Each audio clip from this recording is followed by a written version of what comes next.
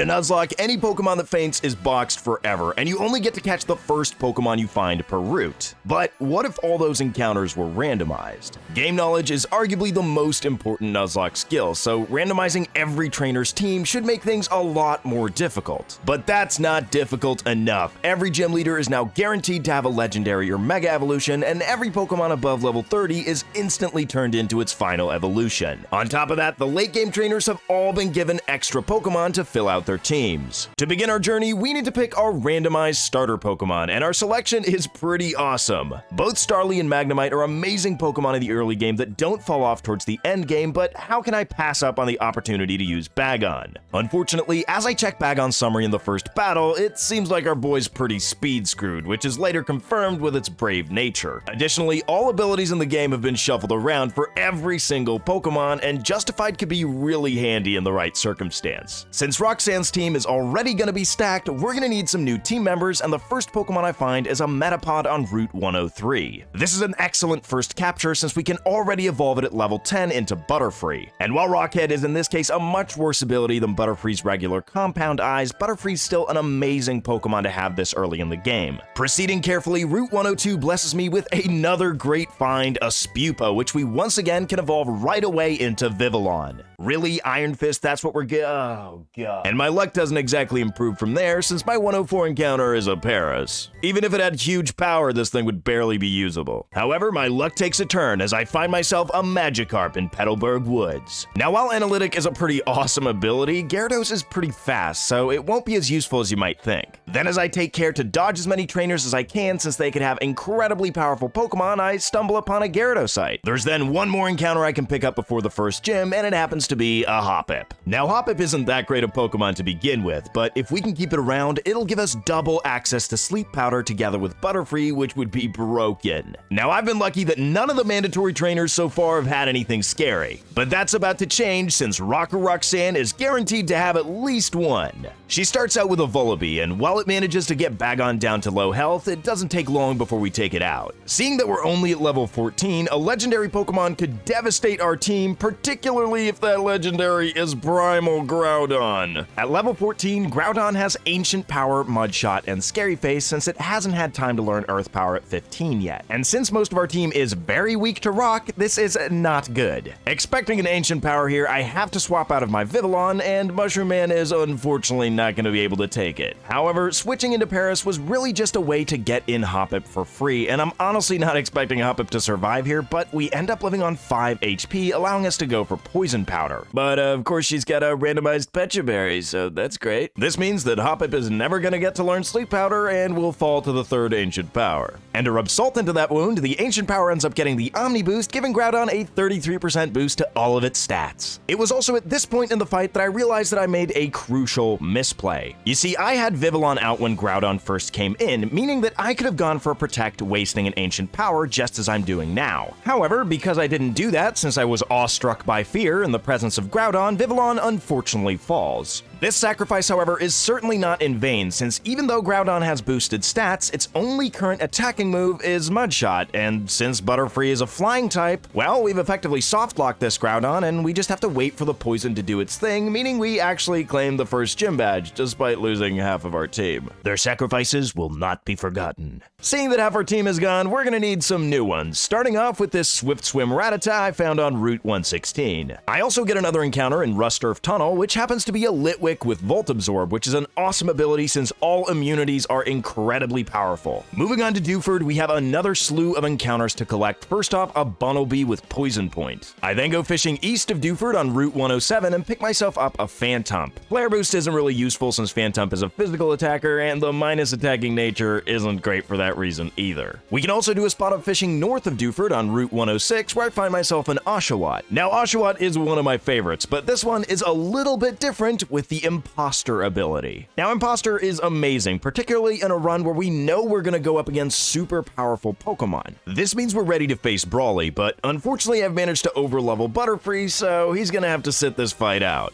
It's finally time to take on the second gym, and much like Roxanne, Brawly leads with a weak Pokemon in Totodile that's pretty easy to handle. This means Brawly only has his powerful Pokemon left, fittingly the Lord of the Sea, Lugia. There's really nothing I want to switch into this thing, so I end up just having to tank a Dragon Rush, which I surprisingly survive on 2 HP, allowing me to get off a Will-O-Wisp, which actually sticks this time around. I obviously can't stay in here if I want Litwick to survive, so I go ahead and swap out into Phantump, who gets hit by a Gust that does a little bit less than half. For this reason, I figure I can tank another one, but it ends up getting a higher roll and just takes out my Phantump. From here, I get an opportunity to swap in my Rattata, which is a much better Pokemon than most people give it credit for. After a Gust does a little bit less than half, I use a Bite, which does massive damage with a crit, and a Burn takes it down into the red, which means that Brawly heals up with a Super Potion, getting almost all the way back to full. Between Bite and Burn, I almost get Lugia down to half the same turn that Brawly heals. Another Gust takes Rattata down into the red as I use Bite, which together with the Burn gets Lugia down into the red and into a range where a Quick Attack is enough to take it out. With only 4 deaths to my name right now, we're doing way better than I expected to. With our new level cap at 21 and my overuse of Rattata on our way to Mauville City, it quickly evolves into Eradicate. I then head to Route 110 to get my encounter, where I find a very peculiar Pokemon, Electric. And since I'm very much not a gambler, Moody is an incredibly risky ability. My luck is a lot better on Route 117, where my encounter is one of my starter choices, Starly.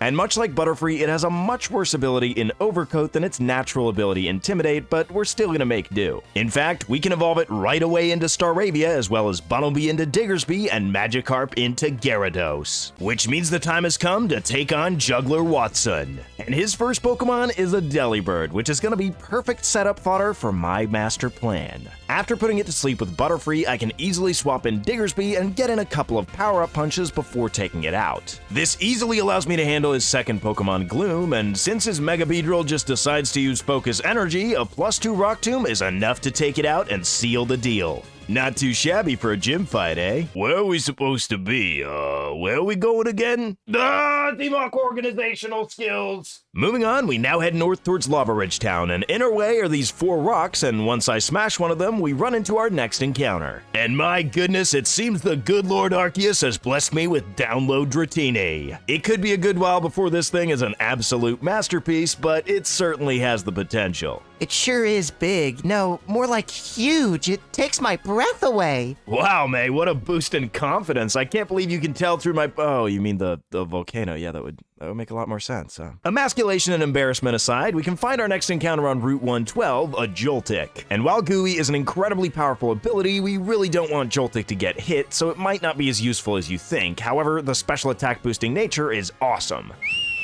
Rise, big boy, that's good. Excuse me?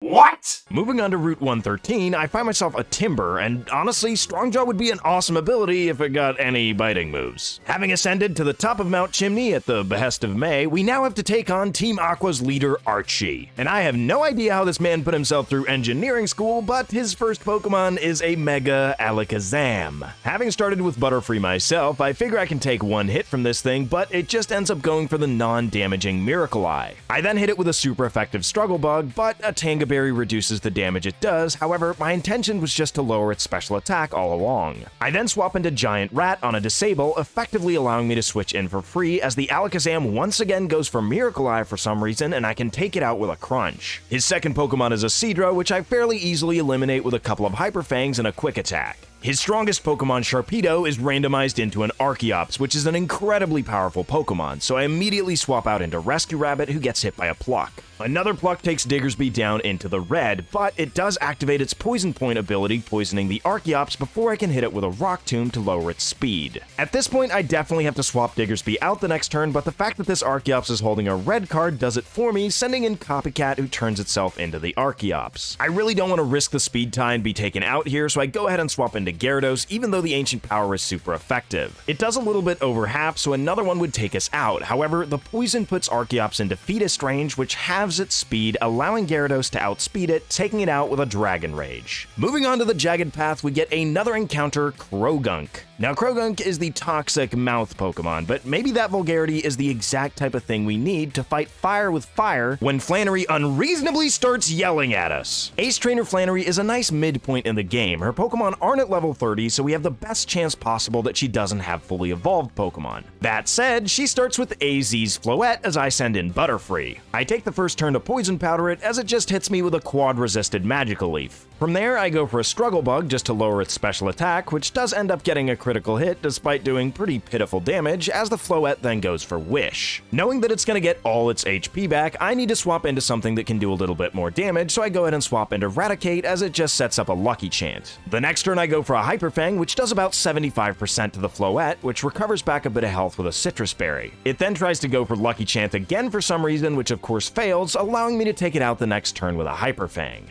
This leads to Flannery sending in her superpowered Pokemon Mega Mewtwo X. Since it doesn't have any fighting type moves, I stay in as it goes for a Future Sight and hit it for neutral damage with a Crunch, which doesn't do too much. The next turn, Mewtwo goes for a Safeguard as I try to hit it for more damage with a Hyper Fang, which I guess does a little bit more. This is the turn I'm gonna get hit by Future Sight, and I really don't want to swap anything in, so I just stay in and go for a Hyper Fang, and of course the Mewtwo has a Psychic Gem, allowing it to take out Giant Rat in one single hit. This is bad, since Flannery is imminently gonna go for a Hyper Potion here, allowing me at least one free turn where I can go for a Bulldoze to lower Mewtwo's speed a bit. Ironically, the next turn Mewtwo goes for Psych Up, but it outspeeds me, so it can't steal the boost that I get from Power Up Punch. The next turn Mewtwo goes for Psych Up again, but the joke's on it since it doesn't have any physical moves, so it doesn't matter that I give it +1 attack. From there, I try to get a bit of damage with +1 Bulldoze and Quick Attack, but even with Stab, they're not making much of a dent against Mewtwo. It then once again sets up a Future Sight as I set up another Power Up Punch. From there, Mewtwo goes for Swift, which does a surprisingly low amount of damage as I can go for a Bulldoze, and with +2, it's enough to finish the Mewtwo off. Her final Pokemon is a Hitmontop, but a quick switch into Staravia and we've got the 4th badge in the bag. This in turn allows us access to the desert, where we can get ourselves another encounter, an Ammonite with Intimidate. It seems that Lord Helix has blessed this run as well. And since the new level cap is only 2 levels higher, all we can do is evolve our starter into a Shelgon, and it's time to face our father Norman. And ironically, the rule set of this run makes it so that the Norman fight is the most likely to be easier than the original. His 2 slacking in the base game can be cripplingly devastating, but Atropius, that much we can manage. This sends in our dad's special Pokemon, Mega Charizard Y. Since Staravia is only at about a third of its health, I swap it out for Rescue Rabbit, who can handle a Fire Fang a bit better. From there, Diggersby gets hit by another Fire Fang, taking it into the yellow, as I hit the Charizard with a quad-effective Rock Tomb, lowering its speed. Unfortunately, Diggersby isn't faster than the Charizard, and I don't want to risk Rescue Rabbit's life, so I swap out into Gyarados, who gets hit by a Scary Face. This does mean Charizard is faster, but since the worst it can do to me is a resisted Fire Fang, I'll take my chances and take it out with a Dragon Rage. Norman's final Pokemon is then a Feebas, which is super ironic since it's the last Pokemon we face under the level 30 threshold. Having beaten Norman, we now get to go on a magical ride with Steven and Latios. And in the base game, this is where you're given your stupidly overpowered Mega Latios, but here it's randomized instead for me into a Scizor. And I gotta say, having access to Mega Scizor with Marvel Scale is awesome. I also pick up an encounter on Route 118, a Yamask. No, rather than describing it, I should just show you.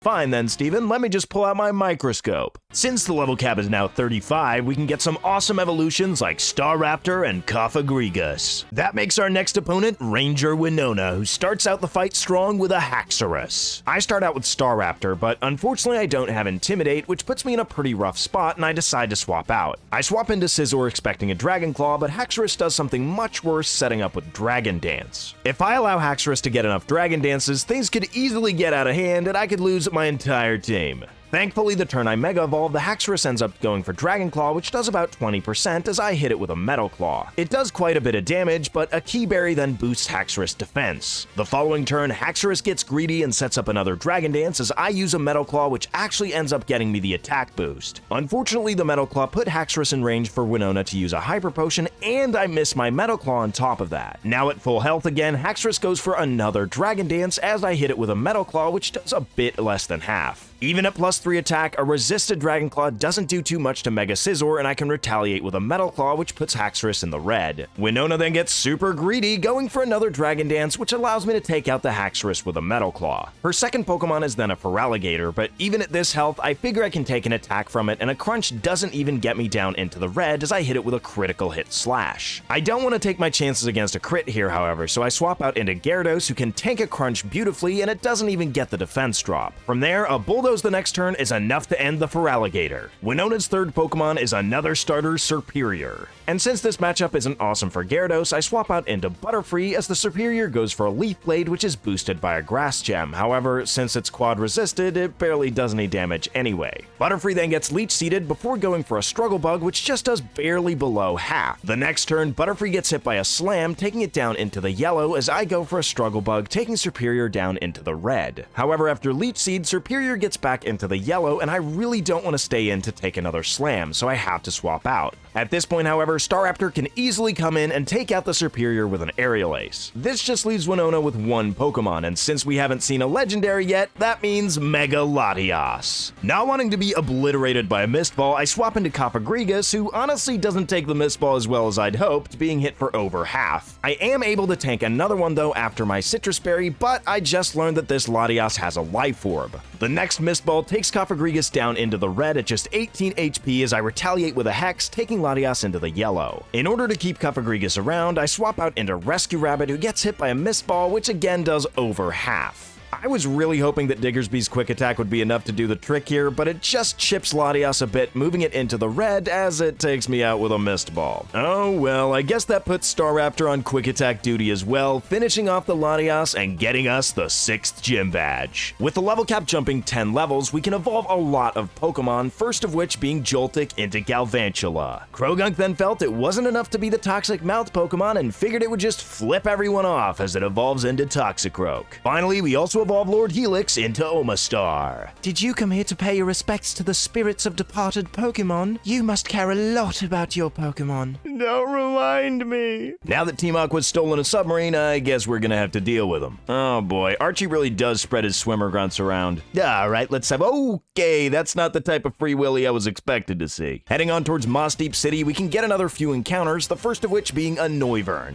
And honestly, Pixelate is fantastic, since later when we get Boom Burst, it'll increase our coverage with a Fairy-type move. I also take a quick detour to Shoal Cave where I find myself a Magneton. And Quick Feet is pretty useless since Magneton can't very easily get poisoned or paralyzed. At this stage in the game, we've reached the Problem Zone. From here on out, every single boss trainer has a full team of 6 Pokemon, and to make matters worse, the first fight we have to take on is the double battle versus Tate and Liza. Another small wrinkle that makes this battle in particular really tough is that the next level cap is 46, and we actually have a lot of fighting to do in between Tate and Liza and Wallace. For this reason, I have to go in slightly under-leveled at around level 43 with all my Mons. I get very lucky that my Intimidate hits 2 physical attackers, as the Escavalier then sets up with Iron Defense. From there, Jiraigumo uses an Electric Gem boosted Volt Switch on Escavalier that really doesn't do too much damage and amazingly activates its Cell Battery, boosting its attack stat. I decide to Volt Switch out into my Cofagrigus as the Haxorus sets up its speed and attack with a Dragon Dance. And while my Blizzard fortunately hits, it doesn't do too much damage since it's a spread move and I don't have access to Ice Beam yet.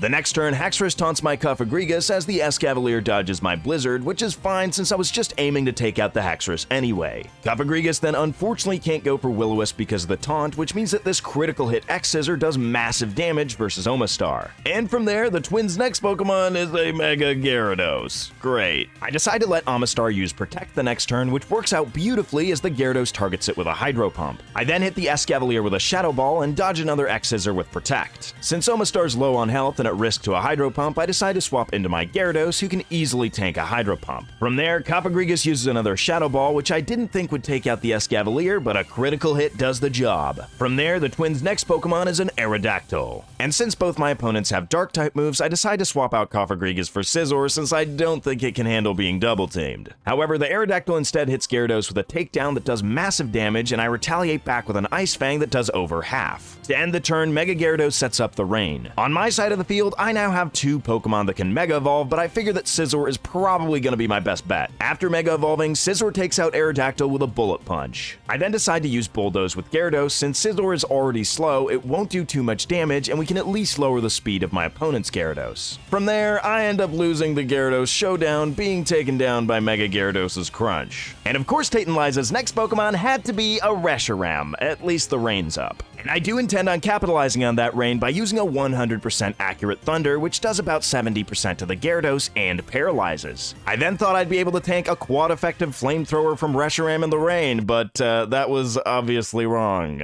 Mega Gyarados then strikes back against Jiraigumo, taking it out with a single rain-boosted Stab Aqua Tail. With only 3 Pokemon left to choose from, I send in my Staraptor and Cofagrigus. And Staraptor can instantly have my vengeance against Gyarados, taking out the rest of its health with a close combat. Reshiram then hits Staraptor with a Dragon Breath, which takes it all the way from full down into the red, and Cofagrigus can then poison it with Toxic. Wait, another Haxorus? Staraptor, despite being at low health, can still make itself very useful going for Fly as the Haxorus sets up with Dragon Dance. From there, Reshiram tries to take out Starboy but misses since it's in the air, and I can burn the Haxorus with a Will-O-Wisp, effectively nullifying the threat. Because of the Dragon Dance, Haxorus is the fastest Pokemon on the field, taunting Cofagrigus before Starboy takes out half of Haxorus' health. Right before it's turned into fried chicken, unfortunately. Cofagrigus is now the only Pokemon that hasn't used its move this turn, and I can use Hex for extra damage versus the Reshiram before they both take some status damage. I then send in the only Pokemon I have left, Omastar, which can at least lower Haxorus' attack. I use Protect with Omastar to rack up status damage, but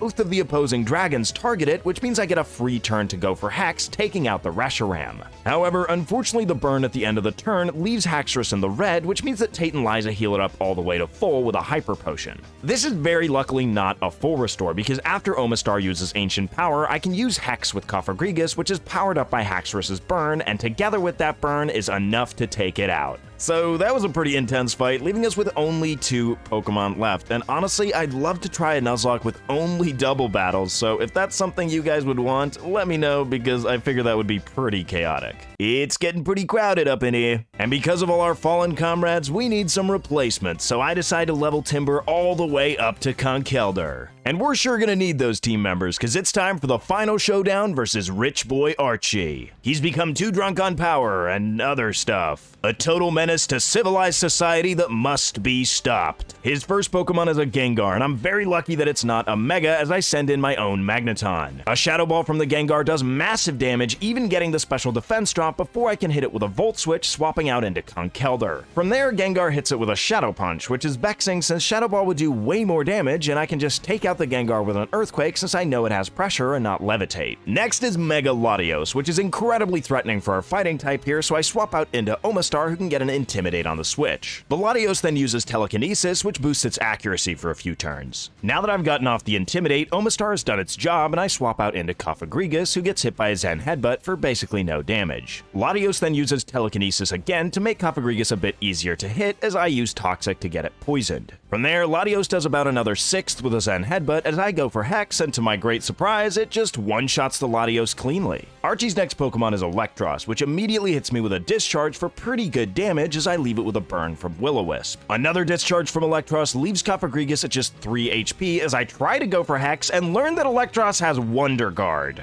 There's nothing I really want to swap into a Discharge here, and even if I swapped in Magneton who's at low health, I couldn't do anything to Wonder Guard anyway. Since Electric only has one weakness in ground, there's just one answer on my team for this thing, and that's Conkeldurr's Earthquake, which I picked up in the room before this fight. Archie's next Pokemon is Lucario, and figuring I can take one hit from this thing, I stay in, but it just goes for Metal Sound, so I can clean take it out with an Earthquake. Then there's Gigalith, but a couple of Earthquakes handles it as well. The only thing it actually managed to do is set up Stealth Rock before Archie sends in his final Pokemon, his Mega Evolvable Swampert. At this stage, Conkeldurr's at about half, and I'm expecting a water move here, so I go ahead and swap in my Noivern as it Mega Evolves into Mega Swampert. And while Muddy Water doesn't do too much, together with Stealth Rock, Noivern's at about half health too. The next turn, I hit the Swampert with a Super Fang to deal half of its health, as a Rock Slide is then unfortunately enough to take out Albion. At Swampert's current HP, I'm way more confident that Conkeldurr can handle it. However, unfortunately Conkeldurr is slower than construction work is in real life, and is left in red as I go for a Power-Up Punch, and I really fully expected to outspeed this thing, meaning that I have to switch out the next turn into my Butterfree. You might think Butterfree a strange choice since it takes half of its health from Stealth Rock, but it's got decent enough special defense, so I'm confident I can take one Muddy Water and then counterattack with a Bug Buzz, taking out the Swampert, granting me the victory. We did lose Albion, but at least we get a branded spell in the end phase. Hey, cool that Steven's got a Corviknight, but is it really smart to fly in a metal bird in a light?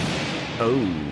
Being on cleanup duty after Team Aqua's mischief, we have to deal with Primal Celebi, and dealing with it wasn't very hard. And speaking of things that weren't very hard, no, not like that, sicko. No, I'm talking about my final gym fight with Wallace, which despite being the last gym fight, was incredibly easy. And aside from legally questionable comments from this man, Victory Road was pretty manageable as well. From here I have to start making preparations for my final team and decide what's coming with me to the Elite Four, so I first evolved Dratini into Dragonair. From there I take care of the most long-awaited evolution of the run, evolving my starter into Salamence. Then to evolve my final team member, I have to head over to New Mauville and level up Magneton once to get it to evolve into Magnezone. From there, I decided my final team. Great Moth the Butterfree with Bug Buzz, Psybeam, Quiver Dance, and Sleep Powder. Destructotron the Quick-Footed Magnezone with Charge Beam, Thunderbolt, Volt Switch, and Flash Cannon. Third is Fossil Dig the Intimidating Omastar with Surf, Ancient Power, Ice Beam, and Protect. Next up is Download Dragonair, the true Draco-slaying king with Dragon Rush, Aqua Tail, Thunder Wave, and Twister. And as you can see, I've almost gotten Dragonair up to level 53 because the plan is to try and get it to 55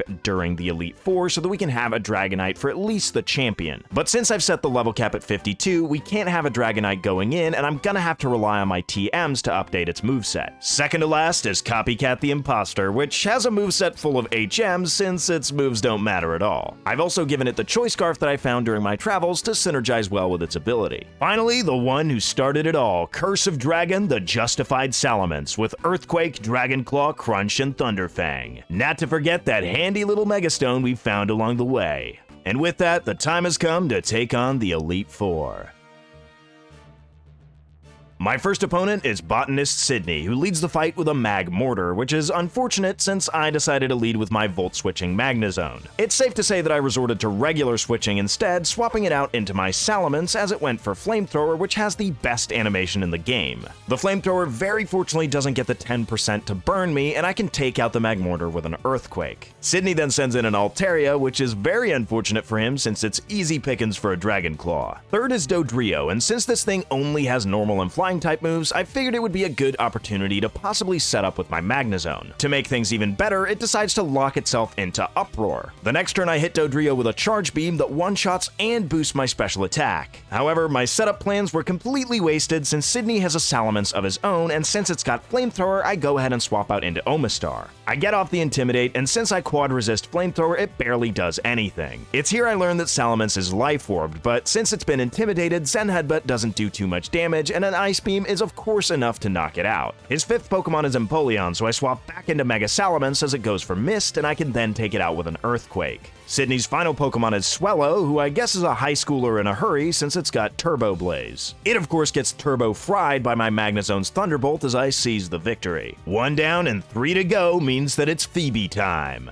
She leads off the battle with Cherim, which is absolutely perfect as I send in Butterfree. The Sandstorm is a minor inconvenience here as it'll do a bit of chip damage every turn, but I go ahead and set up a Quiver Dance as it uses Takedown, which does a surprising amount of damage for being a Cherim. I then absolutely nuke it with a Bug Buzz as Phoebe sends in her legendary Regirock. This isn't a huge deal though, since I can just put it to sleep with Quiver Dance, and then as the Sandstorm takes me below half, a Citrus Berry heals me up a bit. From there, I set up another Quiver Dance and take out the Regirock with another couple Bug Buzzes. She then sends in a Magcargo, which I once again just put to sleep with Sleep Powder. I then figure I'm free to set up another Quiver Dance, however, I'm not quite as lucky as versus Regirock, and this time Magcargo wakes up right away, going for Shell Smash to boost its stats. However, at this stage, I've boosted my own speed so much with Quiver Dance that effectively that Shell Smash just lowered Magcargo's special defense, allowing me to more easily take it out with a Psybeam. Her Greninja then folds to Bug Buzz, and shortly thereafter, Roserade to Psybeam. This just leaves her with her final Pokemon, Aurorus, and I honestly thought I could one-shot it with a Bug Buzz, however, it survives deep in the red and does some damage to me with a Roap Berry. Its color change ability then swaps it into a Bug type as it goes for Hail, which ironically means it's not an Ice type anymore and takes damage from Hail, which grants me the victory. I mean, mean, I'll take it, I guess. Third in the Elite Four gauntlet is Glacia, who starts out with a Hypno, so I quickly Volt Switch out of my Magnezone into Butterfree, who can handle it with a Bug Buzz. Second out is Glaceon, but since it only has normal and Ice-type moves, I can easily knock it out with Omastar. Third out, she's got a Crocodile, which is a bit more difficult to deal with. However, since its only Ground-type move is Dig, I go ahead and swap out into Butterfree as it burrows underground. Since it now has to waste the turn not affecting me, I can just set up a Quiver Dance and take it out with a Bug Buzz the next turn. Fourth out is Noctowl, and since it's got super effective Flying-type moves, I decide to swap out into Salamence, Mega Evolve, and to my surprise, I just one-shot it with a Thunder Fang. The same then goes for Xatu and Starmie, who both get destroyed by Crunches. During this fight, my pre-training of Dragonair paid off since it just got to level 55, which means it finally evolves into Dragonite. With the TMs I have available to me, I can at least teach it Flamethrower, Ice Beam, Thunderbolt, and Earthquake, which is a mixed set, but since we have Download, I figure it'll let us adapt to the situation better. And fittingly, we immediately afterwards have to take on the Dragon Master Drake, who starts out with Ampharos. I send in my brand spanking new Dragonite, and off the attack boost I get from Download, I can clean one-shot the Ampharos with Earthquake. Next, Drake sends in an Archeops, and since I don't have multiscale, I really don't want to risk Dragonite here, so I swap out into Omastar, who can get an Intimidate off. Archeops then goes for Rock Slide, and of course it ends up getting a critical hit, leaving me at just above half, which means I can take another Rock Slide even if it crits. However, I just end up flinching, so I don't get to take the Archeops out with Omastar. At this point, I can't take another crit, so I go ahead and swap into Destructotron, who tanks a Rock Slide on the switch, then a Crunch, and is able to knock out the Archeops with a Thunderbolt. Now, Drake is the worst kind of meta player that of course brings a Landorus on their team. I obviously need to swap out here expecting a ground move, but I do have a lot of flying types to choose from, so I swap into True Draco, who does end up getting a special attack boost on the switch. Landorus, however, of course has to have speed boost and outspeeds me the next turn with a Rock Slide, which doesn't do too much damage and very fortunately doesn't flinch me so that I can take out the Landorus with a quad effective Ice Beam. Next, Drake sends in a Tyranitar, and I'm not confident that Dragonite can take it out with an Earthquake, so I go ahead and swap into Salamence as Tyranitar goes for a Dark Gem boosted Payback.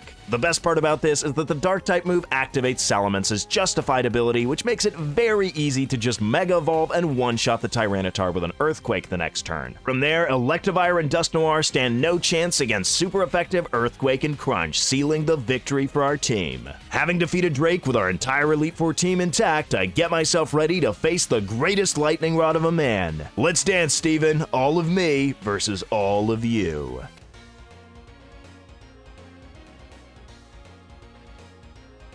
It's time to take on the great Chief Steven. And being a man of culture, he of course leads with an antlery boy Sawsbuck. But that isn't such a bad thing since it only has resisted moves versus our Destructotron. However, Magnezone doesn't have anything great to hit Sawsbuck with either, so I just go for a Volt Switch, which ironically activates Sawsbuck's eject button, swapping it out for Mamoswine, which somehow negates my Volt Switch. I obviously can't stay in with Magnezone versus a ground type, so I go ahead and swap out into True Draco, who gets a special attack boost on the switch as I dodge the Earthquake. I then go for a Flamethrower, confidently thinking it'll take out Mamoswine in one shot, but somehow it survives +1 Flamethrower and knocks me out with a Blizzard. I then send in Fossil Dig to get off an Intimidate, which means I can hopefully survive an Earthquake. However, Steven just goes for a full restore, allowing me to one-shot the Mamoswine with Surf. Since I'm quad weak to Grass, this of course baits back out his Sawsbuck, so I go ahead and swap back into Magnezone. I try for a Charge Beam, but I don't end up getting the special attack boost, so I just go for a Flash Cannon, taking out the Sawsbuck instead. Steven then of course has to have a Metagross, and since this thing has Hammer Arm, I have to swap out, but I can easily go into my Butterfree, which quad resists fighting. This effectively just makes Metagross lower its own speed with the Hammer Arm, and I can go for a Sleep Powder the next turn, putting it to sleep. I then swap out into Omastar to get an Intimidate off and lower its attack as it stays asleep. I then swap into Butterfree since it'll either attack me with Meteor Mash or Hammer Arm, but it just ends up going for Iron Defense instead. From there, I put it back to sleep the next turn and swap out into Omastar to lower its attack again with Intimidate. On the switch, Metagross wakes up and hits Omastar with a Meteor Mash, but it doesn't do too much damage. The next turn, I strike back with a Surf, which does a bit less than half as a Hammer Arm deals massive damage to Omastar, lowering Metagross's speed further.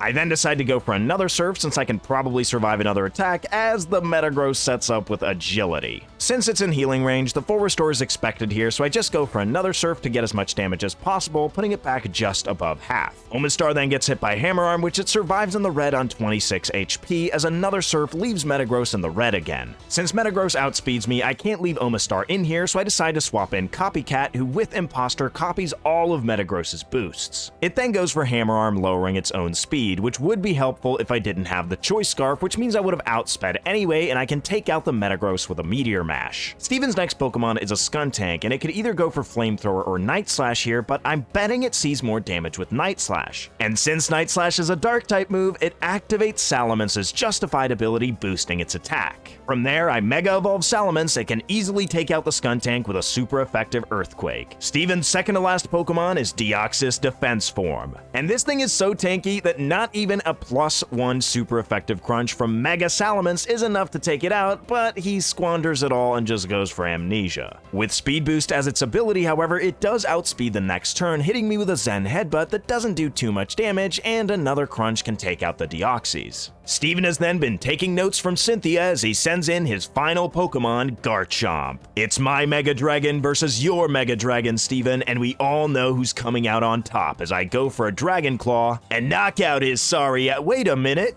Somehow his Garchomp managed to survive my +1 Dragon Claw and takes me out with a Dragon Rush. It's even a crit to rub it in, just never count your chickens, guys. But you know what they say, if you can't beat 'em, join 'em. Because of Copycat's Choice Scarf, we always outspeed here, able to take out the Garchomp with its own Dragon Claw. And that, ladies and gentlemen, is how I beat a Pokemon Alpha Sapphire Randomizer Hardcore Nuzlocke. And what a hardcore Nuzlocke it was. That fight versus Tate and Liza is one I will never forget, and honestly, it really makes me want to try that double battle Nuzlocke. So let me know in the comments down below if a double battle randomizer is something you'd like to see, and maybe which game you'd like to see it in. As for me, I'm getting myself ready for the next video, because it's Scarlet and Violet time, baby.